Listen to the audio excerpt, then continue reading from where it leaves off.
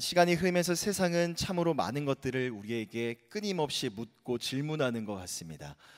예컨대 앞으로 인생을 어떻게 살 것인지, 어떤 길로 갈 것인지, 아니면 나중에 뭘 할 것인지, 아니면 어떠한 속도로, 얼마나 빠른 속도로 인생을 살아갈 것인지 등등에 대해서 끊임없이 묻고 질문하죠. 그래서 살다 보면 수많은 질문들과 그런 생각들 때문에 우리 마음이 매우 혼란스럽고 복잡하고 때로는 우리의 마음이 불안할 때도 있습니다. 오늘날 정보가 매우 많아지면서 어쩌면 우리는 우리 내면에 있는 고유의 정체성까지도 나도 모르는 사이에 다른 누군가와 비교하며 살아가고 있는 것 같습니다. 내가 하는 생각과 나의 판단들, 내가 살아왔던 내 삶의 과정들과 내 인생의 결과물들까지도 어느새 누군가의 것들과 비교의 대상이 되어버렸죠. 그래서 이제 그동안 나는 그럭저럭 괜찮게 잘 살고 있다가도, 그렇게 생각을 하다가도 어느새 마음이 불편하고 불안해지는 겁니다. 과연 내가 정말 제대로 인생을 살고 있는 것인가? 내가 정말 제대로 된 길을 걸어가고 있는 것인가? 막연한 의문에 쌓이게 되는 것이죠. 그리고 그러한 질문들은 곧 나의 자존감, 우리 내면에 있는 자존감에 상당히 많은 영향을 미치게 됩니다. 끊임없이 누군가와 나를 비교하면서 열등감에 빠지기도 하고 내 상황을 원망하거나 나의 인생을 송두리째 자책하기도 하죠. 하지만 문제는 여기에 대한 대답을 찾는 것도, 해답을 찾는 것도 여간 쉬운 일이 아니라는 점입니다. 뭔가 내 삶에 문제가 있는 것 같기는 하지만 당장은 살아가는 게 너무나 바쁘고 분주해서 이 문제에 대해 심각하게 고민할 시간조차 너무나 부족한 것이죠.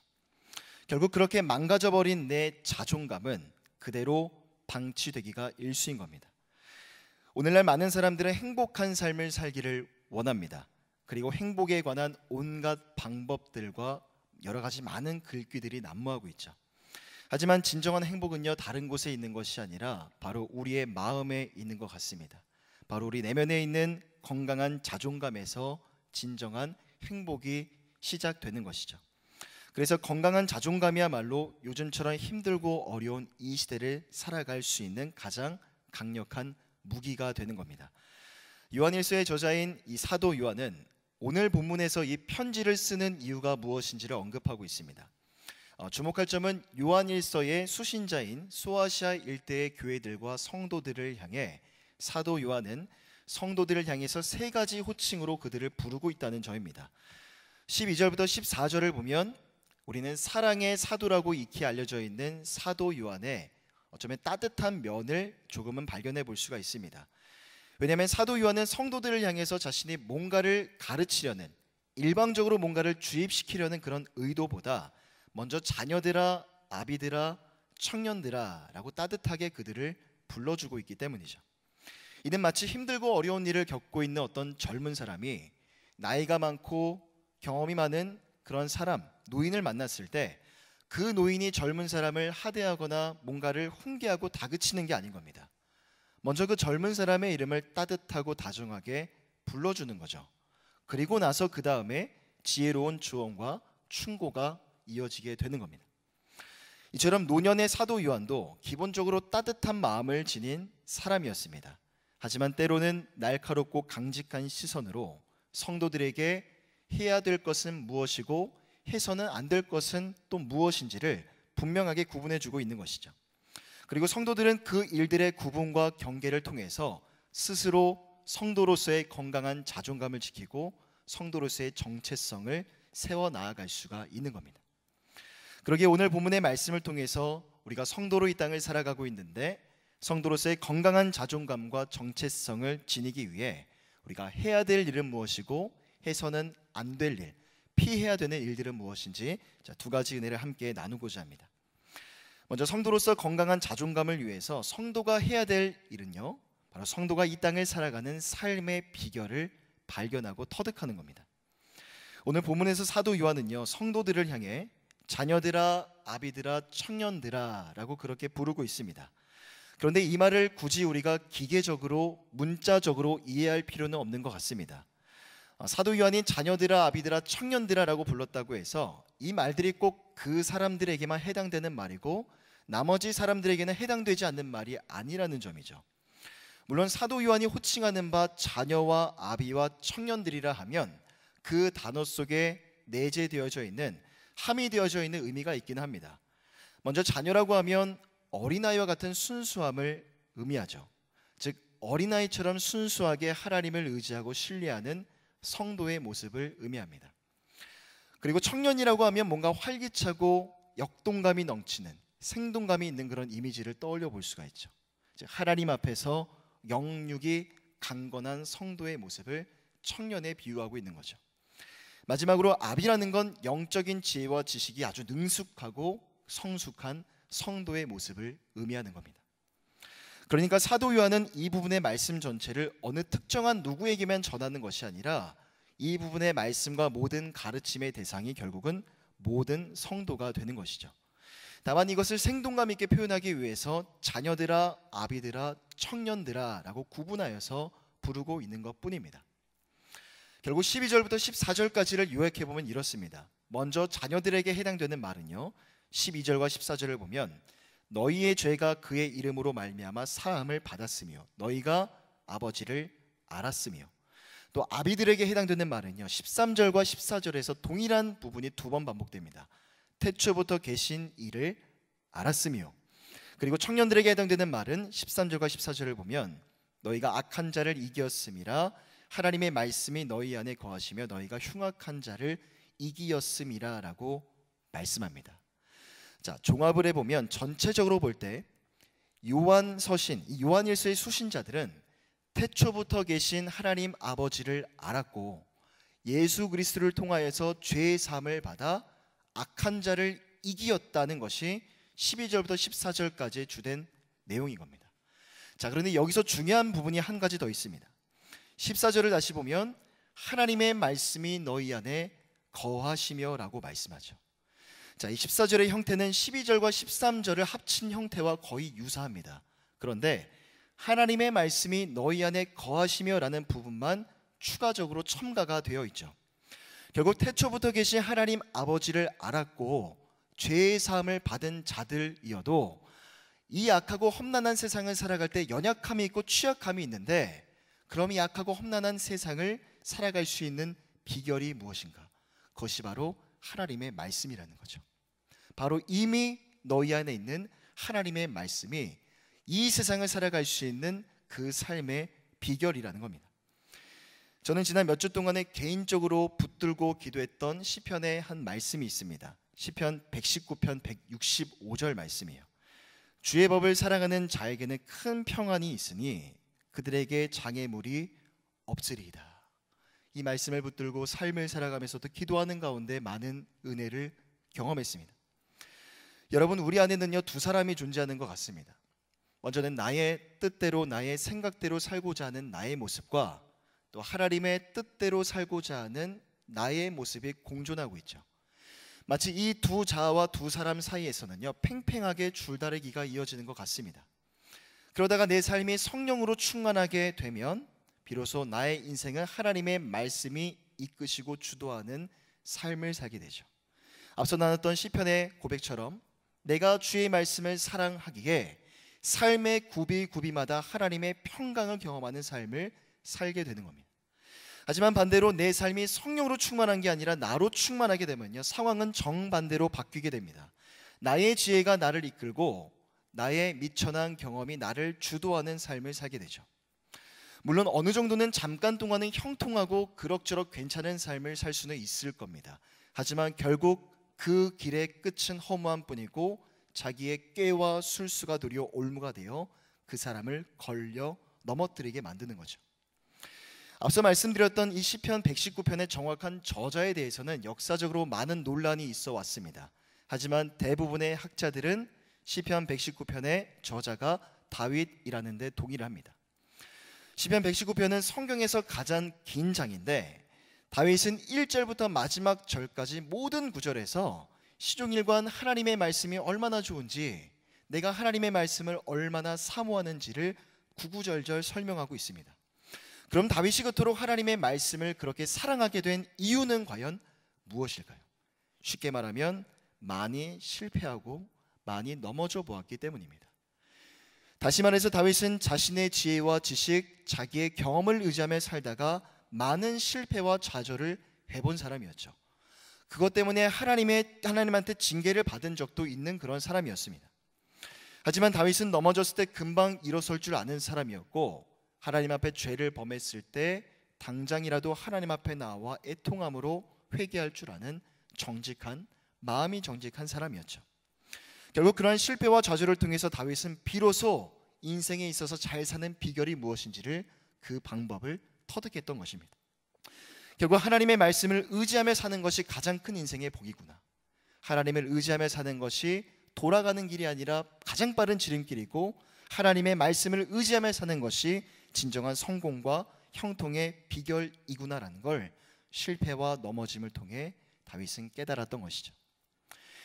자존감 수업이라는 책을 보면 이 책의 저자인 윤홍균 박사는요, 자존감을 우리 정신건강의 척도라고 말합니다. 그리고 최근 들어서 이런 종류의 질문을 하는 사람들이 굉장히 많아졌다고 해요. 이런 종류의 질문입니다. 남들은 다들 결혼도 잘하고 애도 잘 키우고 일도 척척 잘 해내는데 왜 저에게는 이 모든 게 힘들게만 느껴질까요? 이런 종류의 질문을 던지는 사람들이 굉장히 많아졌다고 해요. 딱 보기만 해도 굉장히 어려운 질문이죠. 듣는 사람의 입장에서 이런 질문을 들었을 때 뭐라고 대답을 해줘야 될지 참 많은 고민을 하게 만드는 매우 어려운 질문입니다. 여러분들도 누군가에게 들어본 그런 질문일 수도 있고요. 어쩌면 엄밀히 말하면 내 안에서 나 스스로가 나 자신에게 던지는 질문이기도 합니다. 저 또한 사역을 하면서 간혹 이러한 감정을 느낄 때가 있습니다. 어떤 정말 갖고 싶은 은사가 있고 재능과 달란트가 있는데 저에게는 그게 없어요. 하지만 어떤 사역자에게 그게 풍성합니다. 그래서 그분은 그런 사역자를 바라볼 때마다 저 사람은 어떻게 저렇게 탁월하게 사역을 잘할 수 있을까? 나는 왜 저렇게 하지 못할까? 저 사람과 나는 다른 게 과연 무엇일까? 도대체 뭐가 문제일까? 이런 생각과 이런 마음의 감정들에 휩싸일 때가 있습니다. 결국 그러한 생각과 그런 마음들이 제 안에 있는 건강한 자존감들을 망가뜨려 버리는 것이죠. 대개 다른 사람의 인생을 우리가 살펴보면 우선 내 눈에는 모두 다 쉬워 보일 때가 굉장히 많이 있습니다. 예컨대 다른 사람의 자녀들의 결혼을 바라보면 자녀들의 결혼도 순탄한 것만 같고 자녀들의 취업도 문제없이 잘 하는 것처럼 보입니다. 돈도 어렵지 않게 잘 버는 것 같죠. 일단은 나를 제외한 모든 사람들의 삶은 멀쩡하게 잘 돌아가는 것처럼 보입니다. 하지만 결론부터 말하자면 실상은 전혀 그렇지 않죠. 저마다 문제와 고난의 깊이는 다를지언정 이 땅을 살아가는 많은 사람들은 삶의 여러 가지 문제와 어려움들을 가지고 그냥 묵묵히 하루하루를 살아가는 것이죠. 그러기에 우리는 우리 안에 있는 자존감을 지켜내기 위해서 가장 중요한 방법은요, 먼저는 다른 사람과 나를 비교하지 않는 겁니다. 우리 인생에 있어서 심각한 문제가 되는 건 자꾸만 다른 사람과 나를 비교하는 오래된 삶의 습관에 있는 겁니다. 하지만 다른 사람에게 있는 것이 나에게는 없다여서 내 인생은 불행하다라고 여기는 게 아니라 이미 내 안에 있는 나의 강점과 장점들을 살펴보고 그걸 발견하고 그걸 강화시켜 나아가는 것이죠. 그 자체로 나를 인정하고 나를 존중해주고 나를 사랑해주는 겁니다. 요한일서가 기록될 당시 초대교회는 세워진 지 50년밖에 지나지 않은 때였습니다. 그래서 신학의 교리가 체계적으로 세워지지 않았기 때문에 상당히 많은 이단들이 활개를 치고 있었죠. 그래서 당시 성도들이 그렇게 많이 힘들었던 겁니다. 많이 어렵고 헷갈리고 두려웠을 거예요. 아마 이런 생각을 하지 않았을까요? 내가 믿는 그리스도가 과연 옳은 것인가? 우리가 정말 제대로 된 신을 믿고 있는 것인가? 이런 의심을 하지 않았을까요? 각자 자신의 주장을 내세우는 이단의 교리들이 정말 많이 있었고 많이 배운 학자들의 그럴듯한 주장 속에서 어쩌면 성도로서의 정체성과 또 성도로서의 자존감은 이미 바닥을 치고 있었을지도 모릅니다. 하지만 그런 상황 속에서 노년의 사도 요한은 성도들에게 이렇게 권면하는 거죠. 태초부터 계신 아버지를 알았고 예수 그리스도를 통해서 죄의 사함을 받은 성도들이요, 자녀들아, 아비들아, 청년들아, 너희가 악한 자를 이길 수가 있어. 너희가 악한 이 세상을 상대할 수가 있어. 그 비결이 바로 하나님의 말씀이야. 너희 안에 있는 하나님의 말씀이란다. 오늘 본문 14절 말씀을 다시 보면 이렇게 말씀합니다. 하나님의 말씀이 너희 안에 거하시며 너희가 흉악한 자를 이기었습니다. 자, 여기서 중요한 것은요, 하나님의 말씀이 너희 안에 거하신다는 이 동사의 시상이 완료 시상이라는 겁니다. 즉 이미 우리 안에 임하신다는 거죠. 하나님의 말씀이 이미 너희 안에 거하시기 때문에 너희는 흉악한 이 세상을 이길 수가 있어. 다시 말해서 험난한 이 세상을 지혜롭고 그리고 분별하게 살아갈 수 있는 그 비결이 무엇이냐면 바로 이미 너희 안에 역사하고 있는 하나님의 말씀이라는 걸 사도 요한은 지금 그걸 이야기하고 있는 겁니다. 그러기에 우리도 인생을 살아가다가 문득 다른 사람과 나의 인생을 비교하게 될 때 조금은 낙심할 수 있습니다. 조금은 실망할 수도 있죠. 하지만 불필요한 열등감이나 패배감에 사로잡힐 필요는 없는 겁니다. 다만 이미 내 안에 있는 선한 것들을 들여다보는 거죠. 이미 하나님이 우리에게 주신 선한 말씀들을 한번 찾아보는 겁니다. 그게 가능할 때 그 선한 것이 결국은 우리의 마음을 행복하게 만들어주는 겁니다. 그 선한 하나님의 말씀이 내 삶의 자존감을 높여주는 강력한 무기가 되는 것을 우리는 말씀을 붙들며 살아갈 때 우리 삶 가운데 경험할 수가 있는 것이죠. 시편 119편을 다시 보면 다윗은 그 행복감을 아는 자였습니다. 말씀으로 말미암은 그 행복과 영혼의 만족을 깊이 아는 자였죠. 자, 119편 173절부터 76절까지를 함께 읽어보겠습니다. 시작. 내가 주의 법도들을 택하였사오니 주의 손이 항상 나의 도움이 되게 하소서. 여호와여, 내가 주의 구원을 사모하였사오며 주의 율법을 즐거워하나이다. 내 영혼을 살게 하소서. 그리하시면 주를 찬송하리이다. 주의 규례들이 나를 돕게 하소서. 이른 양같이 내가 방황하오니 주의 종을 찾으소서. 내가 주의 계명들을 잊지 아니함이니이다. 한결같이 말씀으로 말미암은 행복에 겨운 다윗의 고백이죠. 저희 가정에서는 몇 달 전부터 굉장히 중요한 기도 제목이 하나 있었습니다. 지금은 응답을 받은 기도 제목인데 어떤 기도 제목이냐면 아내의 직장과 관련된 기도 제목이었어요. 더 구체적으로 말씀을 드리면 아내의 복직과 관련된 기도 제목이었습니다. 작년에 아이를 출산을 하고 이제 육아휴직 기간을 보내고 있었습니다. 그런데 복직의 시기가 점점 다가오면서 아내와 제 안에 많은 생각과 고민들이 생겨나기 시작했어요. 충분한 시간 동안에 아내와 같이 시간을 두고 기도하기 시작했습니다. 그러던 중에 정말 아이를 위한 결정이 무엇일까를 고민했었고 또 이제 청년 공동체를 맡고 있다 보니까 청년들에게 보여줄 수 있는 아름다운 가정의 모습은 이상적인 귀감이 되는 그런 가정의 모습은 무엇일까를 두고 오랜 시간 기도를 했죠. 그리고 그 기도의 결과 복직을 하지 않는 걸로 결정을 내렸습니다. 그런데 그 마음을 갖게 된, 결정하게 된 중요한 시기가 있었어요. 바로 새벽의 시간이었습니다. 지난주에 있었던 특별 새벽 기도의 기간은 아니었고 지난 9월에 있었던 특별 새벽 기도의 주간이었는데 그 주간은 저희 가정이 앞으로의 미래를 두고 정말 진정성을 가지고 진중한 마음을 가지고 하나님 앞에 기도했었던 그런 특별한 주간이었어요. 그때 아내가 말씀을 들으면서 새벽에 말씀을 들으면서 아내의 마음을 만지셨던 말씀이 있었다고 합니다. 시편 42편 11절 말씀인데 내 영혼아 내가 어찌하여 낙심하며 어찌하여 내 속에서 불안해하는가. 너는 하나님께 소망을 두라. 나는 그가 나타나 도우심으로 말미암아 내 하나님을 여전히 찬송하리로다 라는 말씀이죠. 아내가 이 말씀을 듣고 말씀을 붙들며 기도하고 있는데 그 순간에 자신 안에 있는 두려움과 염려가 무엇인지를 하나님이 정확하게 보여주셨다라고 이야기를 하더라고요. 이런 류의 어떤 두려움이었죠. 내가 만약에 직장을 내려놓게 되면 가정의 형편이 이전보다는 조금 더 어려워지지 않을까에 대한 그런 두려움이죠. 또 지금까지 하나님 앞에 기도하면서 준비해왔던 자신의 미래도 있고 꿈도 있고 계획도 있는데 이 모든 것을 다 내려놓는 것에 대한 두려움과 부담감이었어요. 하지만 정작 지난 1년 동안 받은 은혜를 감사함으로 돌아보니 하나님이 시편 기자의 고백처럼 정말 우리 가정을 도우셨구나.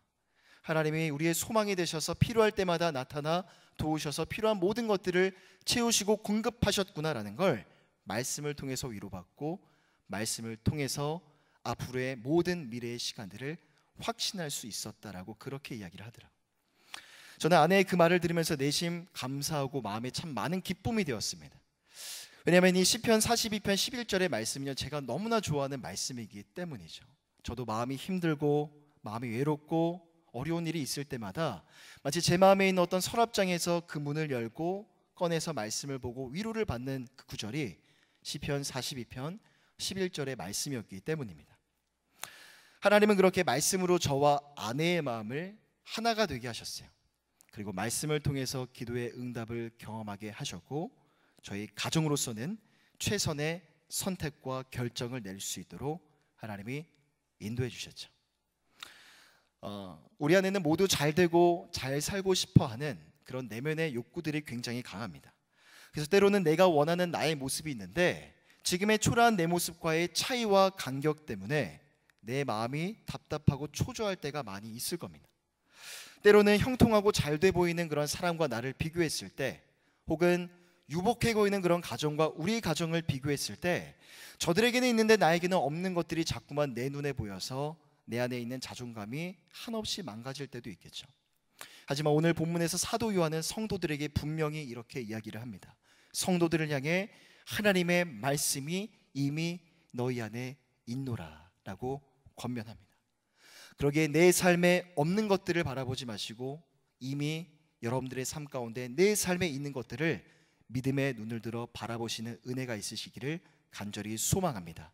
그렇게 내 삶의 부재한 것들 때문에 내 마음이 불행을 느끼는 것이 아니라 이미 내 안에 존재하고 있는 하나님의 말씀으로 말미암아 영혼의 참된 만족과 행복감을 누리시기를 간절히 부탁드립니다. 그리고 말씀으로 마음의 근육을 키우셔서 날마다 세상을 향해 살아갈 때 말씀의 능력으로 말미암아 모든 삶의 순간들을 살아내시는 저와 여러분들이 다 되시기를 주님의 이름으로 간절히 부탁드립니다. 자, 그렇다면 성도로서 건강한 자존감을 위해서 이번에는 성도가 하지 말아야 될 것은 과연 무엇일까요? 성도가 해야 될 것이 바로 말씀으로 인생을 살아가는 비결을 터득하는 것이라면 성도가 하지 말아야 될 것은 바로 세상을 사랑하는 겁니다. 다시 말해 성도는 세상을 사랑해서는 안 되는 것이죠. 물론 이 말은 하나님이 만드신 세상 전체를 부정한다는 그런 뜻은 결코 아닙니다. 다만 하나님을 인정하지 않고 하나님 앞에 죄를 범하는 이 세상을 사랑해서는 안 된다는 것이죠. 그러기에 요한일서 2장 15절을 보면 이렇게 말씀합니다. 이 세상이나 세상에 있는 것들을 사랑하지 말라. 누구든지 세상을 사랑하면 아버지의 사랑이 그 안에 있지 아니하니. 자, 세상을 사랑하는 것과 하나님을 사랑하는 것은요 절대로 함께할 수 없는, 양립될 수가 없는 그런 문제입니다. 왜냐하면 사랑이라는 건 우리의 마음의 전체를 요구하는 일이기 때문이죠. 그러기에 예수님도 마태복음 6장 24절에서 이렇게 말씀하신 바가 있죠. 우리 함께 한 목소리로 읽어보겠습니다. 시작. 두 주인을 섬기지 못할 것이니 혹 이를 미워하고 저를 사랑하거나 혹 이를 중히 여기고 저를 경히 여김이라. 너희가 하나님과 재물을 겸하여 섬기지 못하느니라. 자, 빛과 어둠이라는 건 절대로 함께할 수가 없습니다. 그러기에 요한일서에서 사도 요한이 말하고 있는 바, 주장하고 있는 바, 빛으로 이 땅 가운데 오신 하나님과 세상은 사단의 지배하에 있기 때문에 어둠에 가깝죠. 그러기에 하나님과 세상 이 두 가지는 절대로 함께할 수도 없고 우리는 두 가지를 함께 소유할 수도 없는 겁니다. 그러기에 하나님을 사랑하는 자가 세상을 살아가면서 세상의 중심 속에서 하나님의 사랑을 드러낼 수는 있어요. 하지만 세상을 사랑할 수는 없고 사랑을 해서도 안 되는 겁니다. 사도 요한은 특별히 우리가 세상을 사랑하지 말아야 할 이유를 다음과 같이 설명합니다. 요한일서 2장 16절입니다. 이는 세상에 있는 모든 것이 육신의 정욕과 안목의 정욕과 이 생의 자랑이니 다 아버지께로부터 온 것이 아니요 세상으로부터 온 것이라. 자, 여기서 사도 요한은 세상에 있는 모든 것들을 세 가지로 지칭을 하죠. 육신의 정욕과 안목의 정욕과 이생의 자랑이다라고 이야기를 합니다. 먼저 육신의 정욕이라 하면 우리 육신의 욕심과 욕구를 의미하죠.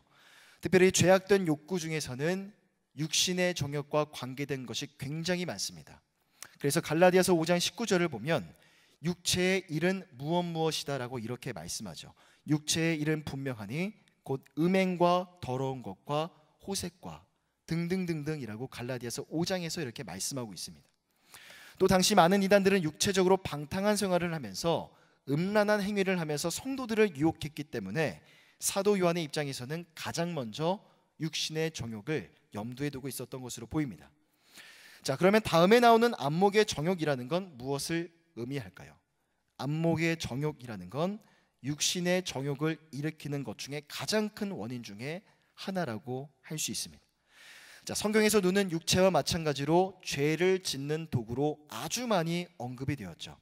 예컨대 사단이 하와를 죄 가운데 빠뜨릴 때에도 가장 먼저 했던 게 무엇이냐면, 자, 선악과를 눈으로 쳐다보게 만들었습니다. 또 사단이 광야에서 예수님의 시험에 빠뜨리려고 할 때에도 천하만국과 그 영광을 눈으로 보여주면서 유혹을 했죠. 이처럼 사람의 눈은 인간의 상상력을 매우 극대화시키기 때문에 자극이 매우 강합니다. 그러기에 사도 요한은 눈으로 범죄하는 것을 경계했던 거죠. 마지막으로 요한은 이생의 자랑이라는 걸 언급합니다. 이생의 자랑을 원문으로 살펴보면 생의 자랑이라고 되어 있죠. 여기서 생이라고 하면 이 땅을 살아가는 데 필요한 모든 수단 그리고 재물과 재산을 지칭합니다.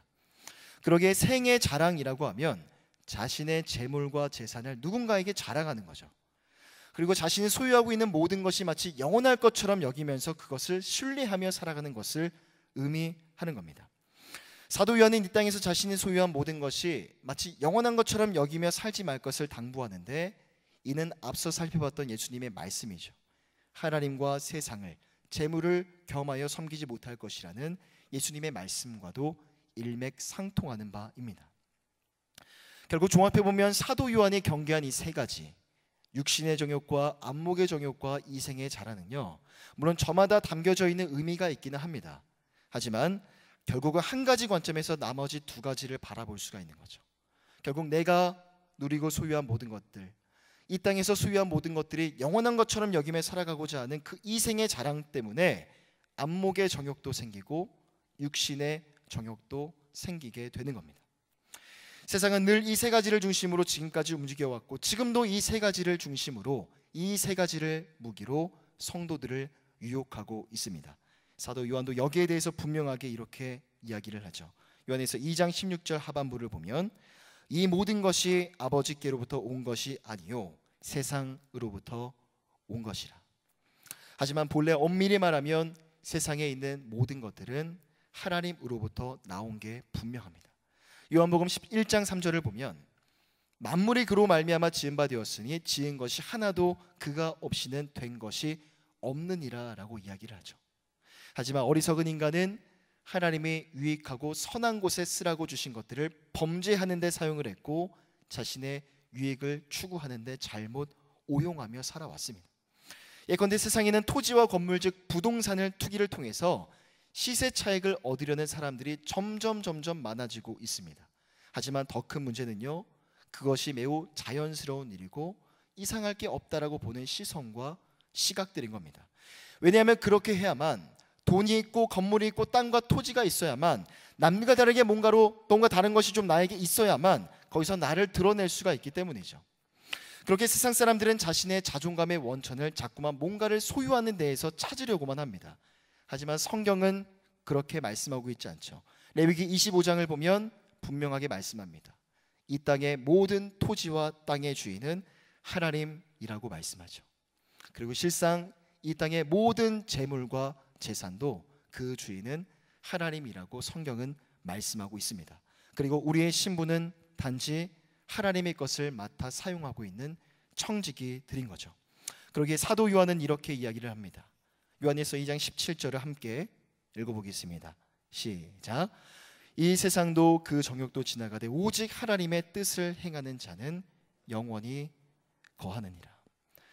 성도가 이 세상이나 이 세상의 것들을 사랑해서는 안 되는 이유가 바로 이 17절의 말씀에 다 들어있죠. 이 세상은 마치 영원할 것처럼 보이고 이 세상의 화려함은 끝이 없을 것처럼 보입니다. 하지만 이 세상에 있는 것들은 언젠가는 다 끝이 나게 마련인 거죠. 그러기에 우리에게는 통찰력이 필요합니다. 이 세상을 바라보는 통찰력과 긴 안목이 필요한 거죠. 그 시각과 관점을 지니고 있을 때, 세상을 바라보는 통찰력과 안목을 지녀야만 세상을 상대화할 수 있고 세상의 유혹을 우리가 피할 수가 있는 겁니다. 돌아오는 토요일은 저희 아이가 태어난 지 1년이 되는 날입니다. 돌인데요, 돌. 예. 작년 이맘때쯤에 이제 아이가 태어날 걸 기대하면서 부모가 된다는 거 어떤 느낌일까, 아빠가 된다는 거 어떤 기분일까를 막 생각하면서 태어난 아기를 기대했는데 벌써 1년이라는 시간이 지났습니다. 너무나 건강하게 잘 자라주어서 참 감사한데 시간이 많이 흘러서 이제 1년이 지나서 저희 가정에 있어서 저희 아이는 없어서는 안 될 소중한 식구와 가족이 되었습니다. 근데 돌을 기념해서 어떻게 하면 좀 의미 있게 이 날을 보낼 수 있을까를 몇 주 전부터 아내와 같이 기도하면서 고민을 했어요. 그런데 그때 떠오른 말씀이 있었습니다.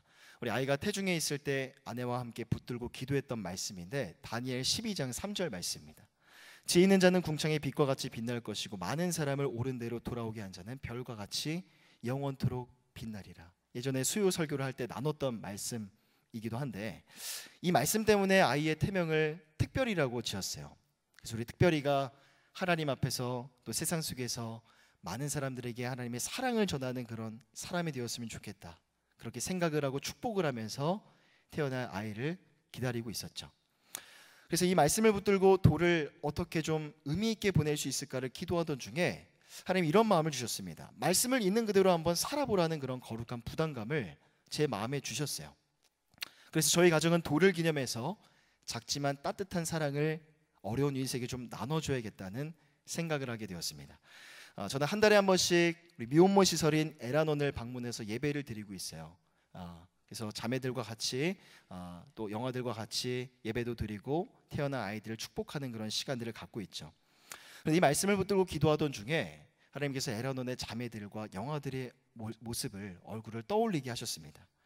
남편의 부재로 또 아빠의 부재로 인해서 잠깐 어려운 시간을 보내고 있는 우리 자매들, 청년들이거든요. 너무나 어린 우리 자매들인데 그들에게 조금이나마 힘과 위로가 되었으면 하는 마음에 주중에 에라논을 방문을 해서 원장님을 뵙고 작은 재정을 나눠드리고 왔습니다. 원장님을 뵙고 나와서 이제 저녁을 먹는데 저녁을 먹는 내내 마음이 너무나 행복했어요. 이전에 많이 경험해보지 못했던 그런 행복감이었고 잠깐 동안에 일시적으로나마 느낄 수 있는 그런 감정이라기보다는 꽤 오래 갈 것 같은 그런 마음의 기분 좋은 감정, 그런 생각들이었습니다. 물론 이현이가 아직은 너무나 어리기 때문에 저희 아이가 기억을 하지 못하겠죠. 몇 년이 지나야만 이 나라의 이야기를 설명해 줄 수 있을 겁니다. 하지만 몇 년이 지나면 정말 기쁨으로 의사소통이 되면 말이 좀 통하면 기쁨으로 이 나라의 이야기를 아이에게 설명해 줄 수 있을 것 같아요. 아빠 엄마가 너의 첫 생일을 남들처럼 화려하고 멋지게 해주지는 못했지만 그 대신에 우리는 어려운 이웃과 함께 따뜻한 사랑을 나누었었다고. 그래서 그 나눔의 가치와 기쁨과 즐거움이 그날 저녁 우리 가족들의 마음을 꽤나 행복하게 해주었었다고. 감사함으로 기쁨으로 그 이야기를 나눠줄 수 있을 것만 같습니다. 저는 설교의 서두에서 말씀드렸던 것처럼 세상 많은 사람들은요 잘 되고 잘 사는 것에 참 많은 관심이 있습니다. 우리도 많은 관심이 있죠. 세상 사람들이 잘 살고 잘 되고 싶어하는 것처럼 우리도 잘 살고 잘 되고 싶어하는 마음이 동일합니다. 그래서 잘 되고 잘 사는 것의 상황에 따라서 내 마음이 기쁘고 행복하다가도 여의치 않으면 내 마음이 근심하게 될 때도 있죠. 하지만 고린도후서 6장 10절을 보면 이렇게 말씀하죠. 우리 함께 한 목소리로 읽어보겠습니다. 시작. 근심하는 자 같으나 항상 기뻐하고 가난한 자 같으나 많은 사람을 부유하게 하고 아무것도 없는 자 같으나 모든 것을 가진 자로다. 여기 앉아있는 저와 여러분들도 세상 사람들과 같이 힘든 일 어려운 일이 있으면 근심하고 염려합니다. 하지만 세상 사람들은 근심과 염려가 찾아오면 좌절하고 낙심하죠. 하지만 우리가 근심과 염려 속에서도 기뻐할 수 있는 이유가 있죠. 바로 예수님의 십자가 복음 때문이죠. 하나님께서 예수님을 통하여서 복음 때문에 우리를 하나님의 백성으로 하나님의 자녀들로 삼아주셨습니다. 그러기에 삶의 여러 가지 문제들 때문에 때로는 마음의 두려움과 염려가 찾아와도 하나님은 때마다 모든 순간마다 말씀으로 성령으로 우리의 삶을 통치하시고 우리의 삶을 인도해 주시는 거죠. 그 맛을 경험한 자는요, 그 은혜와 그 사랑을 경험한 자는 어려운 순간이 찾아와도 절대로 낙심하지 않습니다. 쉽게 넘어지지 않습니다. 때로는 상황과 형편이 여의치 않아도 좌절과 패배감 가운데 휩싸이는 게 아니라 긍지와 자긍심을 갖는 거죠. 나는 여전히 하나님의 백성이고 하나님의 자녀임을 확신하며 긍지와 자긍심 속에 그 순간을 넉넉히 이겨내고 견뎌낼 수 있는 겁니다. 또한 가난한 자 같으나 많은 사람을 부욕해 할 수 있는 것도 바로 복음 때문에 가능한 일인 겁니다. 오늘 요한일서에 나오고 있는 육신의 정욕과 안목의 정욕과 이생의 자랑에 우리의 마음이 무너지지 않기 위해서는요, 반드시 전제되어야 될 것이 있습니다. 바로 내가 누리고 소유하는 모든 것이, 모든 물질의 주인이 바로 하나님이라는 사실을 인정해야 되는 것이죠. 그걸 인정하는 사람을 우리는 물질의 청지기라고 부릅니다. 내가 소유한 물질이 많고 적든지 간에 모든 것이 하나님의 것임을 인정하는 청지기 정신을 지녀야만 불의한 방법으로 물질을 모으지 않을 수 있어요. 그리고 타락과 방종을 위해서도 내 물질을 낭비하지 않을 수 있고, 올바른 곳에, 선한 곳에 내 물질을 바르게 사용할 수 있는 겁니다. 가난하지만 가진 게 그렇게 많지 않은 우리 가정이고 나의 삶이지만, 나보다 더 어려운 이웃을 위해서 내 것을 떼어주고 나눠줄 수 있게 만드는 것도 바로 복음의 능력이죠. 그리고 우리가 그러한 삶을 살기를 결단할 때 우리에게 주시는 약속의 말씀, 축복의 말씀이 있습니다. 우리 마지막으로 잠언 11장 24절과 25절을 함께 읽어보겠습니다. 시작. 흩어 구제하여도 더욱 부하게 되는 일이 있나니 과도히 아껴도 가난하게 될 뿐이니라. 구제를 좋아하는 자는 풍족하여질 것이요 남을 윤택하게 하는 자는 자기도 윤택하여지리라. 우리 하나님 말씀하십니다. 또 약속하시죠. 다른 사람을 윤택하게 하면 그도 윤택하여질 것이라. 그러기에 실상 복음이 필요해서 영적인 기근과 결핍 가운데 있는 자들이 여러분 주변에 있다면 그들에게 찾아가 예수님의 사랑과 복음과 은혜를 아낌없이 나누시기를 바랍니다. 메마르고 결핍한 저들의 심령 가운데 복음으로 윤택을 베풀어 줄 수 있는 저와 여러분들이 다 되시기를 간절히 부탁드립니다. 그리고 2018년이 저물어가는 이 계절에 조금 여유가 되신다면 여러분들의 물질에 여러분의 신앙과 인격과 믿음을 담아서 하나님을 사랑하고 또 이웃을 사랑하고 섬기는 일에 여러분들의 재정을 한번 내어드려 보시기를 바랍니다. 그 나눔의 사랑과 그 나눔의 가치가 여러분들의 인생과 여러분들의 가정을 꽤나 행복하게 만들어 줄 겁니다. 그리고 그 행복감이 여러분 안에 있는 자존을, 건강한 자존감을 형성시켜 주는 것이죠. 이 세상도 모든 정욕도 모두 다 지나갈 겁니다. 하지만 하나님의 뜻을 행하는 자는 영원히 설 것이라고 말씀하시죠. 그러기에 늘 하나님 앞에서 하나님의 뜻을 사모하시고 그 하나님의 뜻을 행하며 살아가시는 아름다운 하나님의 사람들이 다 되시기를 주님의 이름으로 간절히 소망합니다. 기도하겠습니다. 사랑과 은혜가 풍성하신 하나님, 이 땅에 빛으로 오신 예수 그리스도의 그 모습을 따라서 우리도 빛의 자녀다운 모습으로, 빛의 백성다운 모습으로 그렇게 살아가게 하여 주시옵소서. 창세전에 우리의 구원을 계획하셨고 예수님을 이 땅 가운데 보내주셔서 모든 구원의 계획을 성취하신 주님, 그 예수 그리스도 그 복음의 능력으로 말미암은 영원한 기쁨과 즐거움이 우리 안에 이미 있습니다. 믿음의 눈을 들어서 이 세상에 있는 것들 내가 갖지 못했다고 해서 내가 불행한 자이고 내가 소망 없는 자라고 나 자신을 자책하는 것이 아니라 이미 내 안에 있는 영원한 기쁨과 즐거움을 날마다 만끽하며 살아갈 수 있는 서울홍성의 모든 성도들이 다 되게 하여 주시옵소서. 감사드립니다. 울건하신 예수 그리스도의 이름으로 간절히 기도드립니다. 아멘.